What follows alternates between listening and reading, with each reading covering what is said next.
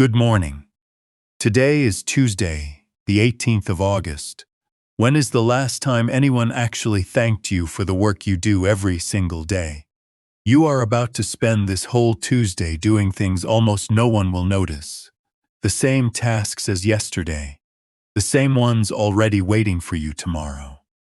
And underneath the coffee and the getting ready, a quiet question keeps trailing behind you. Does any of this even matter?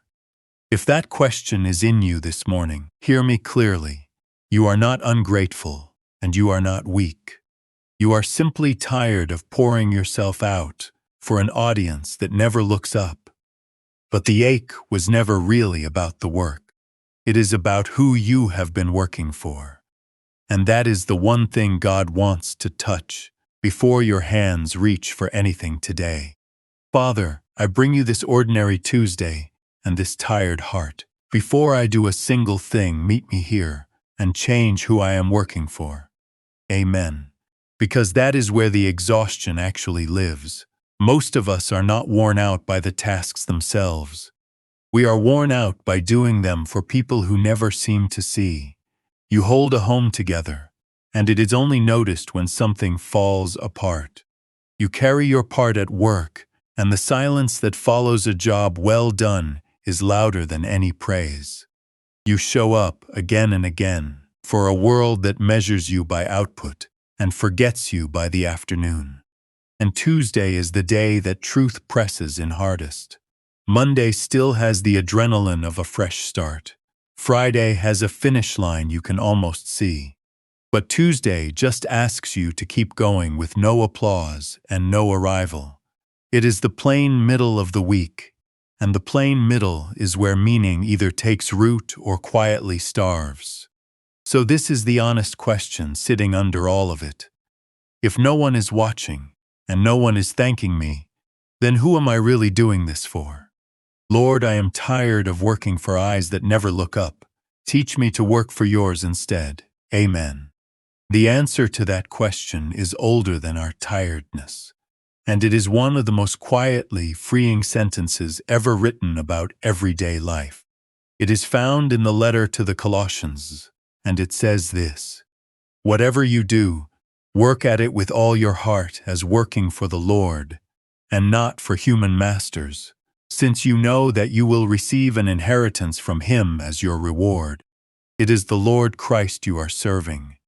Notice where it begins: whatever you do. Not the impressive things, not the visible things. The dishes, the email, the commute, the same task you did yesterday and will do again tomorrow. Whatever you do, do it as working for the Lord. In one sentence, the entire weight of your day is lifted off an audience that never notices and placed gently into the hands of a God who misses nothing. This is the secret that turns dull labor into worship. Not a change in the work, but a change in who the work is for. And if part of you still believes God is too high, too vast, too busy holding the universe together to care about your small and repeated tasks, then remember where His own Son spent most of His life. Before He ever preached a word or healed a single person, Jesus spent roughly 18 quiet years in a workshop known simply as the carpenter. Measuring wood, smoothing rough edges, finishing orders on time. Ordinary work in an ordinary town that no one thought worth writing down. If the hands that made the stars were willing to hold a hammer for 18 unrecorded years, then your ordinary Tuesday is holier than you have dared to believe. He does not stand at a distance from your small tasks. He knows them from the inside. Lord Jesus, you sanctified the workbench long before the cross. Come and sanctify mine. Receive this ordinary day as something offered to you. Amen. But knowing who I work for does not by itself get me out of the chair. And this is where I need you, honestly, God. Because the hardest part of my day is often not the task. It is the resistance in me before I begin. The motivation that has quietly drained away overnight. The heaviness that makes even simple things feel like too much. So I will not ask you this morning for a rush of feeling, because feelings are a poor foundation for a faithful life. I ask you instead for something steadier. Your word says you are the one who works in me, giving me both the desire and the power to do what is good. And Paul, who wrote that, also said he could face anything through the one who strengthened him, not through his own grit, through strength that was given. So give me that strength, Lord, not to feel inspired, but to begin. Steady my hands where the work is physical, and ease the ache in tired shoulders that are doing their honest best. Clear my mind where the work is mental, and quiet the scatter so I can give my whole heart to one thing at a time. Fill me where the work is emotional, the caring, the listening, the patience I have already run out of, because I cannot pour out what I do not have, and you are the source that never empties. Teach me to move on faithfulness instead of mood, trusting that showing up when I do not feel like it is its own quiet kind of strength. And where I am genuinely running on empty, let me not confuse rest with failure. You built me with limits, and honoring them is not weakness, it is wisdom. So carry me on the hard hours, and teach me to lean rather than to strain. Father, be the strength in my hands today when my willpower runs thin. Let me begin, and let me finish, and let the finishing be yours. Amen. And once I have the strength to begin, remind me why I am doing it at all, because strength without purpose only helps me run faster in circles. This is the ache that Tuesday exposes, not that the work is hard, but that it feels meaningless.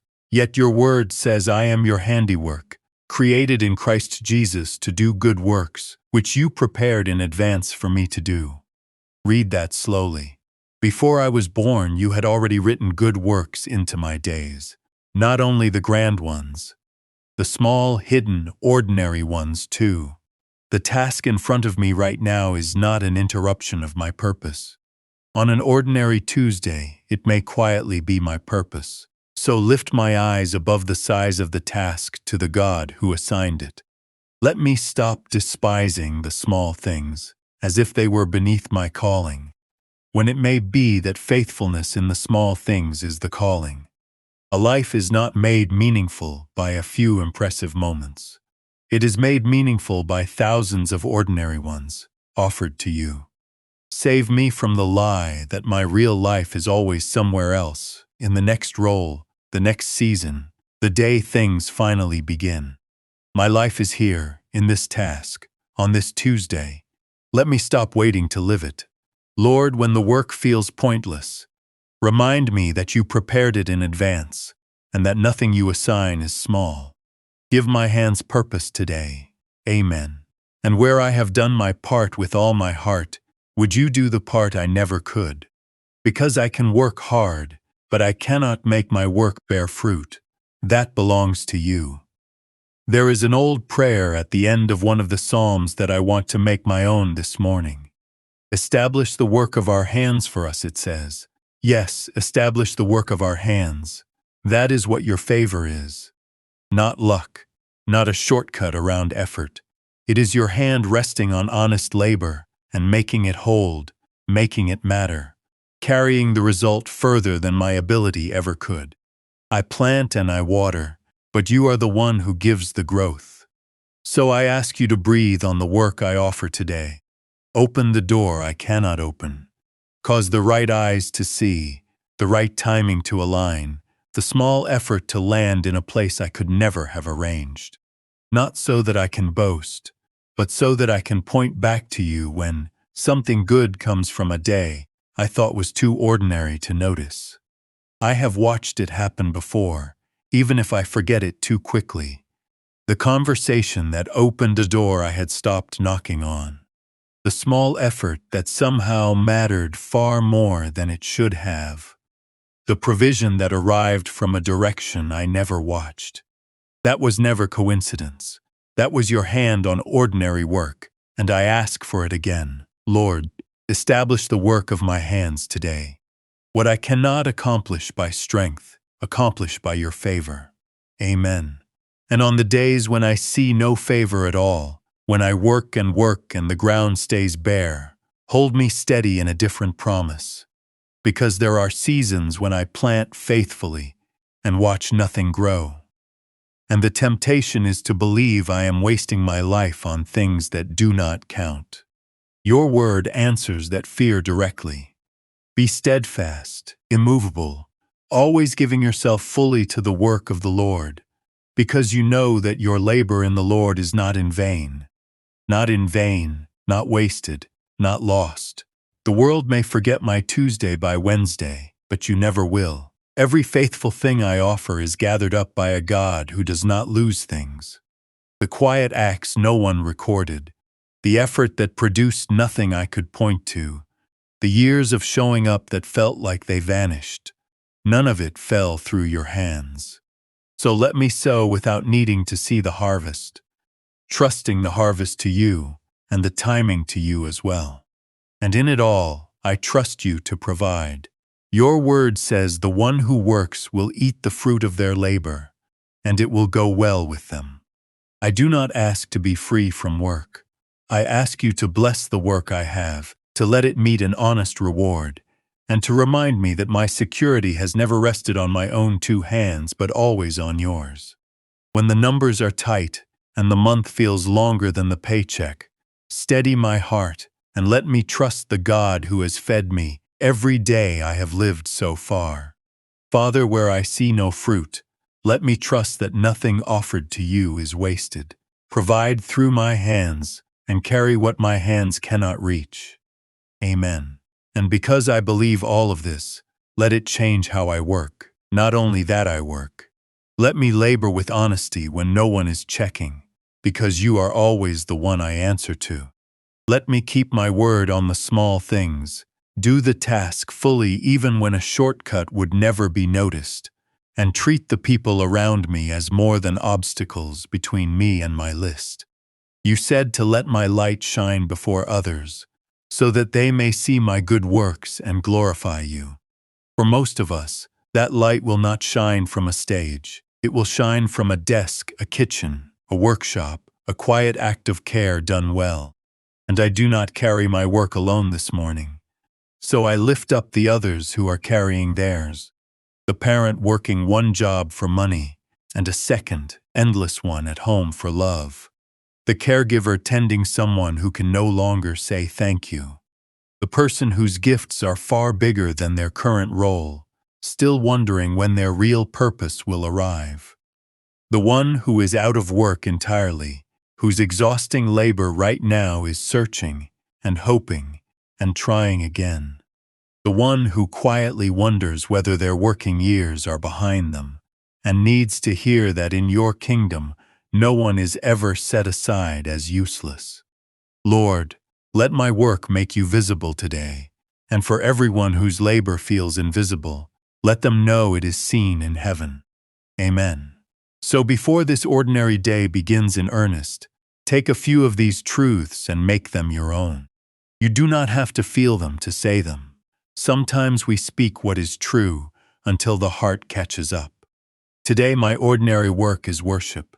I do not work for the applause of people. I work for the God who sees. My labor in the Lord is never wasted, never pointless, never lost. The work in front of me was prepared for me, so I will do it with a whole heart. My purpose is not somewhere ahead of me. It is here in the task of this ordinary day. What I cannot accomplish by strength, God will establish by His favor. I am not what I produce. I am loved before I do a single thing. Whatever this Tuesday holds, I offer it, and I offer it to Him. And if you are still here at the end of this, I do not think it is an accident. You could have rushed straight into the noise. Instead, you paused and offered this plain day to God first, and I believe that small choice will quietly shape everything that follows. So let me leave you with a blessing over your hands and your work today. May the God who spent 18 silent years at a workbench walk beside you through every ordinary task. May He be your strength when the resistance is heavy and your purpose when the work feels small. May He establish the work of your hands and carry it further than your effort ever could.